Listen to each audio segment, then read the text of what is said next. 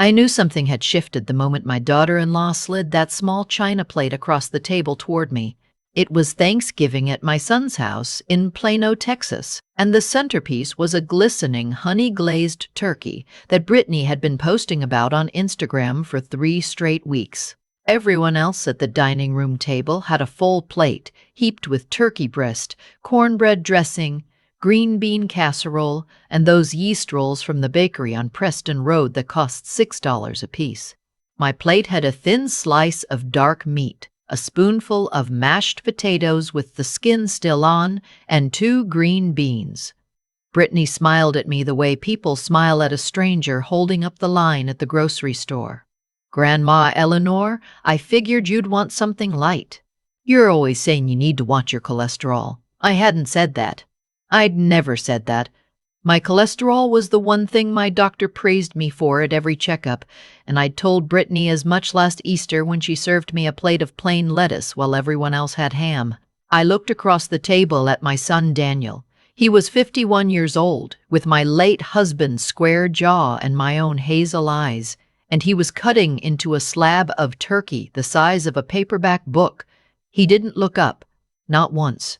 I watched him chew, watched him reach for the gravy boat, watched him laugh at something his father-in-law said about the Cowboys game, and I understood something that had been trying to get my attention for a long, long time. My son wasn't just letting this happen. He was hoping I wouldn't notice. My granddaughter noticed, though. Sophie was 14, all elbows and braces and a kind of clear-eyed seriousness that reminded me of my own mother. She was sitting 2 seats down, and she put her fork down on her plate with a tiny clink that nobody else heard. She looked at my plate. She looked at her own plate. She looked at her mother.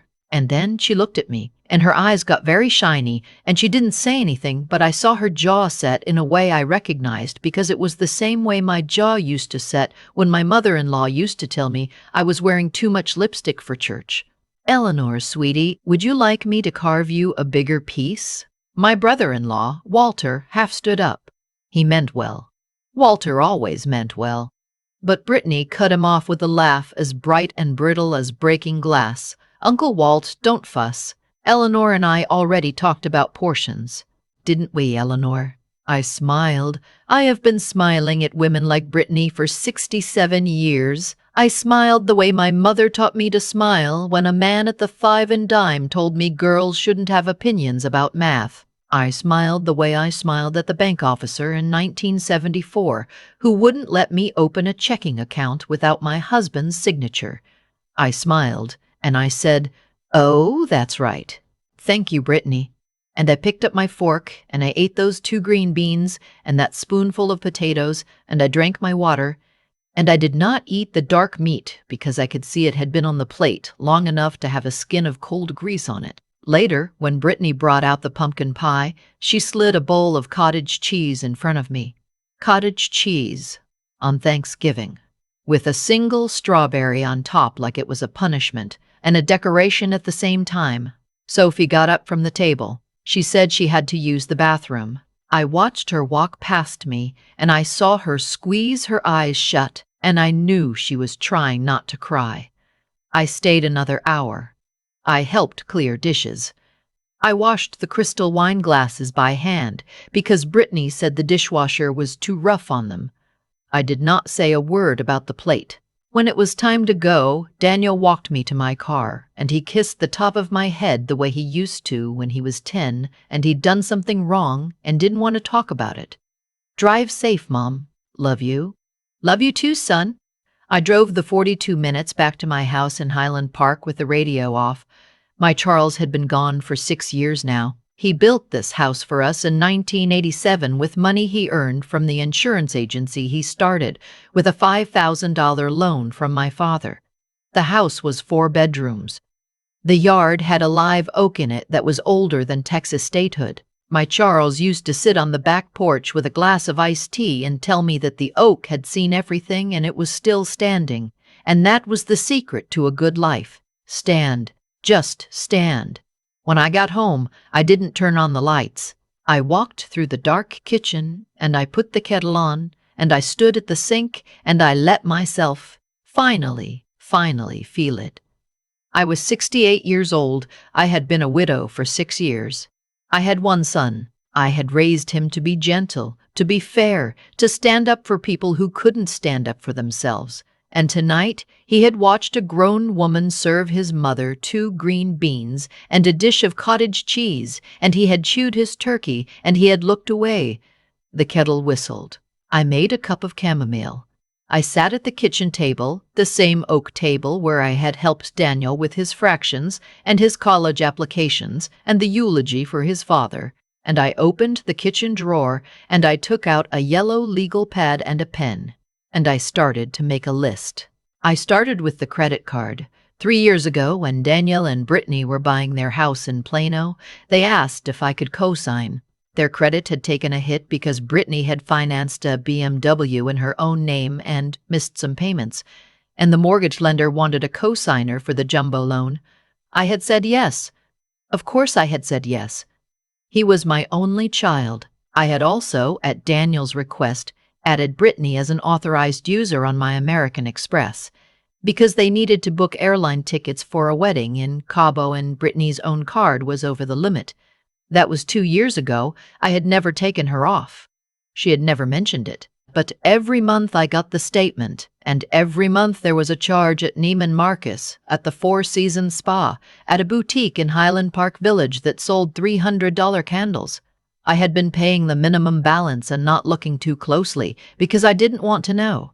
I wrote on the legal pad, American Express, remove Brittany. Today, I wrote, mortgage cosign, talk to attorney. Can I be removed? I wrote, life insurance, check beneficiary. I wrote, will, rewrite. I wrote, house, do not sign anything. That last one was because 6 weeks ago, Daniel had come over on a Sunday afternoon and asked if I'd ever considered adding him to the deed of the Highland Park house. For estate planning, he said, so things would be smoother later. I had said I'd think about it. I had not thought about it. I had put it in the basket of things I did not want to examine. I examined it now. I examined it at 11:30 at night at my kitchen table with a cup of cold chamomile and the sound of the ice maker humming in the refrigerator. And I understood that my son and his wife had been preparing for my death for a long time, and they had been counting on what they would get. And that was why it was acceptable to feed me 2 green beans on Thanksgiving, because dead women don't eat turkey. And in their minds, I was halfway there already. I went to bed. I didn't sleep much, but I didn't cry either. When the sky turned that particular Texas gray, that means dawn is about 20 minutes away, I got up. I showered. I put on the navy blue suit I wore to my husband's funeral because it was the suit that made me look like someone who meant what she said. I put on pearl earrings. I drank a glass of water. I drove to the 24-hour Whataburger on Lemon Avenue, and I ate a full breakfast taquito because I was hungry, because I had earned it, and because I was not going to do the next part on an empty stomach. The Chase branch on Mockingbird opened at 9. I was there at 8:45. I sat in my car with my hands folded in my lap, and I watched the sky turn pink and then gold over the Walgreens across the street. And I thought about what my Charles would say. My Charles was a kind man. He was the kindest man I ever knew, but he was not a weak man. There is a difference. And he used to say that the most dangerous thing in the world is a woman who has run out of reasons to be polite. A young man named Marcus unlocked the front doors at 9 sharp, and I walked in, and I asked to speak with a personal banker. The woman they brought me to was named Denise. She was black, maybe 45, with her hair in a neat twist and reading glasses on a gold chain. She looked at me over those glasses with a kind of instinctive gentleness that told me she had grandmothers she loved, and I almost cried right there, but I didn't. I told Denise what I needed. I needed Brittany removed as an authorized user on my American Express, effective immediately. I needed the joint account I had opened for emergencies, the one Daniel was signatory on, closed and the funds transferred to a new account in my name only. I needed to know what it would take to remove my name from the mortgage cosign. I needed the name of a good estate attorney. Denise listened. She asked me twice if I was sure. The second time, she asked it softer. I said, "Honey, I have been not sure my whole life. I am sure now." She made the calls. She filled out the forms. She walked me through my own accounts like a patient teacher, and I saw things I had not let myself see. Brittany had put $17,000 on my American Express in the last 14 months. 17,000 on spa days and clothes and a weekend in Scottsdale that I had never been told about. Daniel had transferred money from the joint emergency account 11 times in amounts of $500 to $2,000 with no memo and no explanation. I had not been watching. I had been trusting. Denise printed everything out and put it in a folder for me. She gave me the name of an attorney in Preston Center named Ruth Alvarado. She said, "Mrs. Whitfield, can I give you a hug?" And I said yes.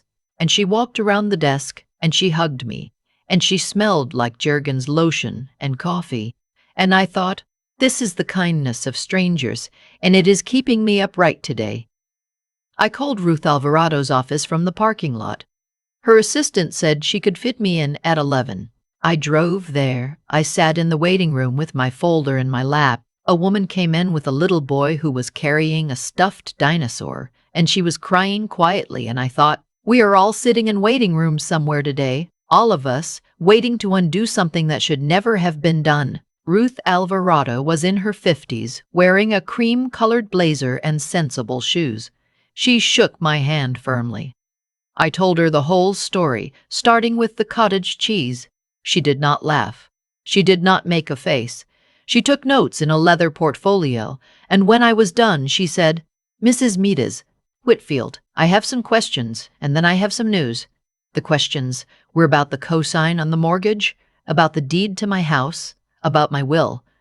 The news was this: the mortgage cosign could not be undone easily, but it also meant nothing for my estate as long as my son kept paying it, which he was. My house was in my name alone, and nobody had been added to the deed because I had not signed anything. My current will, which I had drawn up after Charles died, left everything to Daniel with no contingencies. That could be changed that afternoon. Ruth drafted a new will. Under the new will, my estate would be divided into 2 parts. Half would go to a charitable trust in my husband's name that funded scholarships for first-generation college students, because Charles had been the first in his family to go to college, and it had changed everything for him. The other half would go into an irrevocable trust for my granddaughter Sophie, to be released to her at age 25, with a provision that allowed her to draw on it earlier for education expenses. Daniel was not mentioned. Brittany was not mentioned. I thought about leaving Daniel a single dollar, the way my Aunt Mildred had left her terrible first husband. But Ruth said that wasn't necessary in Texas, and besides, I didn't want to be petty. I wanted to be clear. I signed the will at 2:15 in the afternoon. Ruth notarized it. Her assistant, a young woman with a septum ring and a Baylor nursing sweatshirt, witnessed it. I thanked them both. I paid the retainer in full. I drove home. I parked in my garage. I sat in my car for a long time. And I thought, it is done, and nobody knows yet, and when they find out, they will be angry, and I will have to stand in that anger, and I will stand. Just stand. The phone started ringing at 6:18 that evening. It was Brittany. She had tried to charge a $420 hair appointment at a salon in Highland Park Village, and the card had been declined. I let it go to voicemail. She called again. She called 6 times in 20 minutes. The 7th call, I answered, "Eleanor, there's something wrong with the Amex. Can you call them?" "There's nothing wrong with it, Brittany. I removed you this morning." There was a silence so complete I could hear the traffic on the North Tollway behind her. "You what?" "I removed you. You're no longer an authorized user. I also closed the joint emergency account with Daniel. If you all need to talk about any of this, I think we should do it in person." She hung up on me. Daniel called 40 minutes later. I let it ring. I was eating a bowl of tomato soup and a grilled cheese sandwich with sharp cheddar, the good kind, from Central Market. I was watching the news, the 10 o'clock news. I had not watched the 10 o'clock news in years because Charles used to say it gave him heartburn, and after he died, I stopped watching out of habit. Tonight, I watched. Tonight, I ate my sandwich and I watched the weatherman, and Daniel called 4 more times, and I did not answer. He showed up at my house at 9 the next morning. Just him, not Brittany. He had dark circles under his eyes and he was wearing the Patagonia fleece I had given him for Christmas 3 years ago. He rang the doorbell. I opened the door. "Mom, can we talk? Come in, son." I made coffee. I put out a plate of shortbread cookies. I sat him at the kitchen table in the same chair where his father used to sit. I took my own chair, and I folded my hands on the table, and I waited. "Mom, Brittany is really upset. She says you're punishing her for the Thanksgiving plate thing." "Mom, it was a plate of food. I know it wasn't great, but—" "Daniel." He stopped. "Do you know how much your wife has spent on my American Express this year?" He didn't answer. $17,000, son. $17,000 on spa days and clothes, and a weekend in Scottsdale that neither of you told me about. Do you know how many times you transferred money out of the joint emergency account? He looked at his coffee. 11 times, between $500 and $2,000 at a time. No memo, no call, no conversation. You didn't ask me. You took it because it was there and you had access to it, and you told yourself it wasn't really stealing because it was your mother's money and one day it would be yours anyway. Is that right? "Mom, I was going to pay it back." "No, you weren't." He put his face in his hands. I looked at my son. I looked at the top of his head, the small bald spot that had started a few years ago, the same place his father had started a few years ago, the same place his father had started going bald. I loved him. I loved him the way I had loved him when he was 4 days old and the nurse put him in my arms, and I looked at his tiny, perfect face, and I thought, my God, I did not know I could love like this. That love had not gone anywhere. It was in the room with us, but it was not going to save him from what I had to say next. "I went to the bank yesterday, son. I took Brittany off the Amex. I closed the emergency account. I went to an attorney. I changed my will." He looked up. "Mom, half of everything I have goes to a scholarship fund in your father's name. The other half goes into a trust for Sophie. You are not in the will, Daniel. Not because I don't love you. I love you more than my own life, but because I watched you sit at that table on Thursday, and I watched you let a woman feed your mother 2 green beans, and I realized you had already spent my inheritance in your head. You had already decided I was something to be managed until I was gone. And I will not fund that, son. I will not pay for my own erasure." He cried. He cried the way he had cried when his father died. Quiet and terrible, shoulders shaking, no sound. I did not go to him. I did not put my hand on his back. I had spent 68 years being the woman who crossed the room to comfort crying men, and I had earned the right to sit in my own chair and drink my own coffee and let him feel it. After a long time, he said, "Is there any way to fix this?" "I don't know yet. That's up to you, not me." "What does that mean?" "It means I am not going to tell you what to do, Daniel. You are 51 years old. I am done telling you what to do. If you want to be in my life, you figure out how. If you want your wife to be in my life, she figures out how. I will not be teaching. I will not be guiding. I am going to be living my life in this house the way your father and I planned, and you can be part of that or not, but the way it was is over. Brittany is never going to apologize. Then I guess you have a decision to make about your wife." He sat with that for a while. Then he said, "Sophie knew. Sophie texted me last night. She said she'd been watching for months. She said she tried to tell me." "I believe it. She's 14, Mom. She's 14 and she saw it and I didn't. She's a smart girl. She gets it from her grandfather." He stayed another hour. We didn't talk much more. He ate 2 shortbread cookies. He hugged me at the door and he held on longer than he had in 20 years, and when he pulled back, his face was wet and he said, "I am so sorry, Mom. I am so, so sorry. Mom, I am so, so sorry." And I said, "I know you are, son. I know." And I watched him walk to his car, and I closed the door, and I leaned against it, and I finally cried. The weeks that followed were not clean. Brittany did not apologize. She sent me a text message 3 days later that was 4 paragraphs long and used the word boundaries incorrectly 6 times. I did not respond. Daniel started calling on Sundays, just him, just to talk. Sophie asked if she could come stay with me for a weekend, and I said yes, and she came, and we made cornbread from scratch, and she told me she wanted to be a veterinarian, and she asked me about her grandfather, and I told her stories I had not told anyone in years. At Christmas, I did not go to Daniel's house. I went to my friend Patricia's house in Oak Cliff, and we drank eggnog and watched White Christmas, and I laughed until my ribs hurt. Daniel sent me a card. It was handwritten. It said, "I am working on myself. I am in counseling.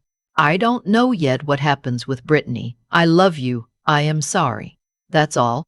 On New Year's Eve, I sat on my back porch with a glass of champagne, and I looked at the live oak in my yard, my Charles's oak. It was older than the state of Texas, and it had seen everything, and it was still standing. I raised my glass to it. I said out loud, "I stood, Charles, I stood." The wind moved through the branches. It sounded the way it always sounded. I drank my champagne. I went inside. I went to bed in my own house, in the bed my husband and I had shared, and I slept deeply, for the first time in longer than I could remember, and I dreamed of nothing at all. I have lived 68 years on this earth. I have been a daughter and a wife, and a mother and a widow, and I have been polite in every one of those roles, because I was taught that a woman's worth is measured by how gracefully she disappears. I do not believe that anymore. I will not die quietly so that somebody else can inherit the quiet. I will live loudly in a full house, eating turkey on Thanksgiving, drinking champagne on New Year's, giving my money to a scholarship fund and a granddaughter who sees me. My son may come back to me fully, or he may not.